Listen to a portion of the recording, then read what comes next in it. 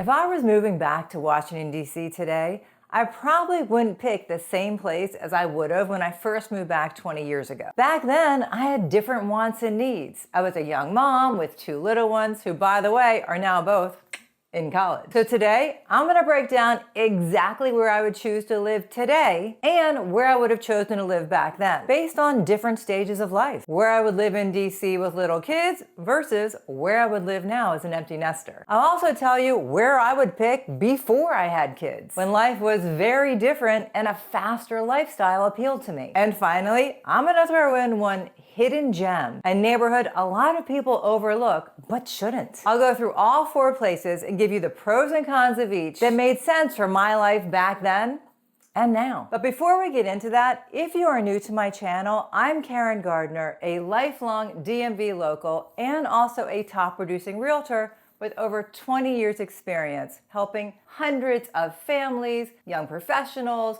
retirees, buyers of all types find their perfect home and community that fits their lifestyle in DC, Maryland, and Virginia. So if there's anything that we can do to help you, please don't hesitate to reach out. Okay, let's rewind to my pre-kid days. Picture late dinners, spontaneous happy hours, and the thrill of living right in the center of the action. Logan Circle would have been my pick. Logan mixes classic DC row houses and modern condos, many with these really cool original details like exposed brick and these older fireplaces. Price-wise, a 2-bedroom condo may run you around $650 to $1.1 million, while a single-family home in Logan Circle can go upwards of $1.6 million. Rentals are also high, but they can be doable if you're splitting with roommates. A 1-bedroom averages about $2,800 to $3,200 a month. The pros: walkability is off the charts. You can leave your car parked for weeks and never miss it. 14 Streets Restaurant Row is your backyard. The Diplomat, oh, I love the Diplomat. Barcelona, such a great place.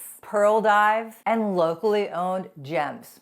Your quick walk or bike ride to downtown offices or the National Mall. And there's a really active social scene. You'll meet friends at rooftop bars or gallery openings without ever touching the keys to your car. The insider scoop: Logan Circle itself, the actual traffic circle, is a beloved dog walking and picnic spot. The Sunday DuPont Farmers Market is just a stroll away, and Whole Foods at P Street often turns into kind of a social mixer on Friday evenings. Yes, the grocery store. The cons: space is tight. Think limited closet space and minimal outdoor areas. And it's expensive. Street parking can test your patience, especially mine. Weekend crowds and late night noise, well, they're part of the package. If you're looking to start a family or you prefer more quiet, you might feel the squeeze quickly. But for a younger version of myself, those inconveniences would have been worth every minute for the energy and connections that Logan offers. Fast forward to when I had 2 little ones and a stroller. My priorities, well, they flipped overnight. Suddenly, it was all about parks, parking, and playdates. American University Park, or AU Park as we call it, ticks all the boxes. Here you'll find 1930s, 1940s, colonials, Cape Cods, and some newer builds. Most of them have 3 to 4 bedrooms, some modest yards, and driveways. Price points: expect $1.2 to $1.7 million for a typical single-family home. Smaller homes needing some updates might just dip under $1 million, but those go really fast and they are hard to come by. Renters can find single-family homes in the $4,000 to $6,000 range, but availability is really limited because honestly, most owners stay there for a long time. The pros: Lafayette and Janney Elementary are both highly rated schools and have strong parent communities. Turtle Park is a hub for families. You'll make friends there whether you intend to or not. Tenleytown AU Metro means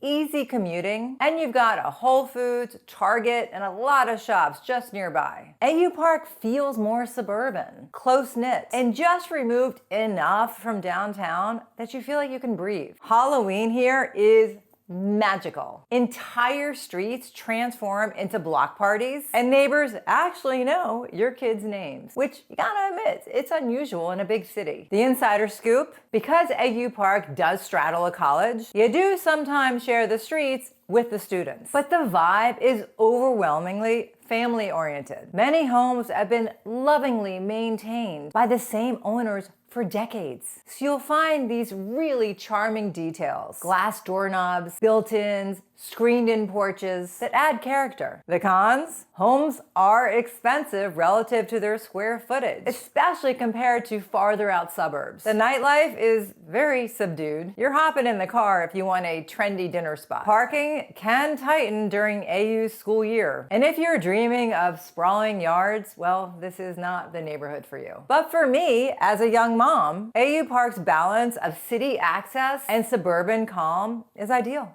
Fast forward to today. With my kids in college, I'm craving character and culture. My pick, Georgetown. Georgetown's charm is unmatched. Federal-style row houses, cobblestone streets, the C&O Canal, and those postcard views of the waterfront. Georgetown is really spectacular. A beautifully updated row home can run anywhere from $1.5 million to $2.5 million, and in a lot of cases, a lot more. Condos range widely from $650,000 up to $2 million for waterfront views. Rentals budget $3,500 to $6,000 for a 2-bedroom, and sometimes more for a premium location. The pros: iconic beauty at every corner. Top-tier dining like Fiola Mare, I love Fiola Mare, and Martin's Tavern, total classic, great for brunch. Boutique shopping, and a true sense of place. The social and cultural life is rich. And you can kayak or stand-up paddleboard, which I love to do, on a weekday evening. Stroll through Dumbarton Oaks Gardens, or host out-of-town friends who are instantly charmed. Property values here have proven resilience, even during softer markets. I might be aging myself right now, but if you've ever seen the movie St. Elmo's Fire,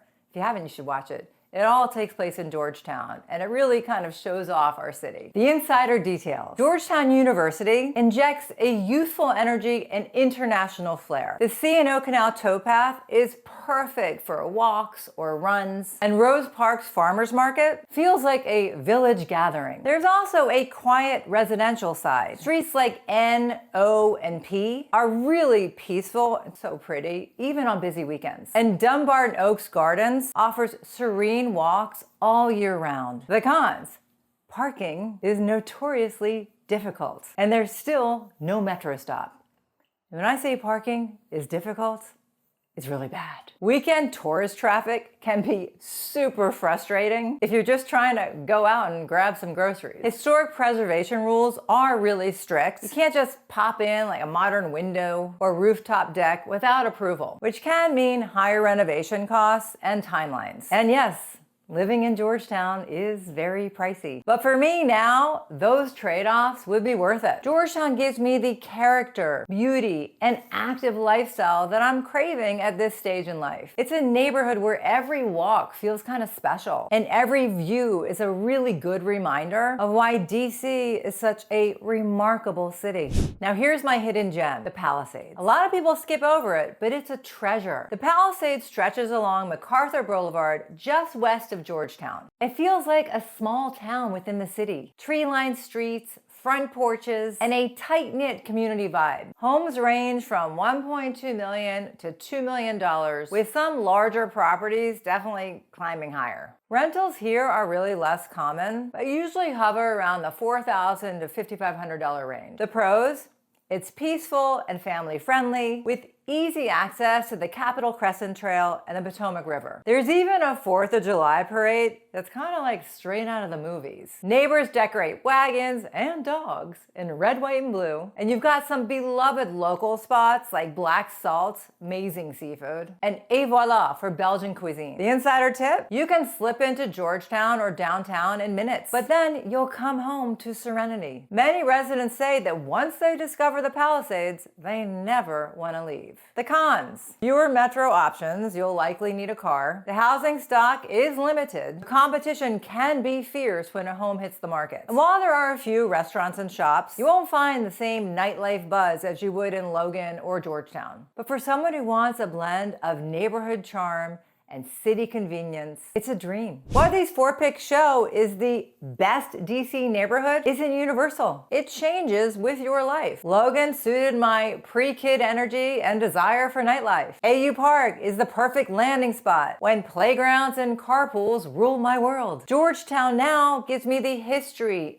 elegance, and social life I want as an empty nester. And my hidden gem, the Palisades, works for all stages of life. Your perfect neighborhood will shift as your life does. At least for me it has. Drop a comment below with a DC neighborhood that fits your lifestyle. And if you are thinking of buying or selling in DC, Maryland, or Virginia, and you would like our help, just send me an email, we'll set up a Zoom, we'll get you started. If you guys want to see where I'd pick to live in Maryland, definitely check out this next video. Thanks for watching. I do appreciate it, and I'll see you in the next video.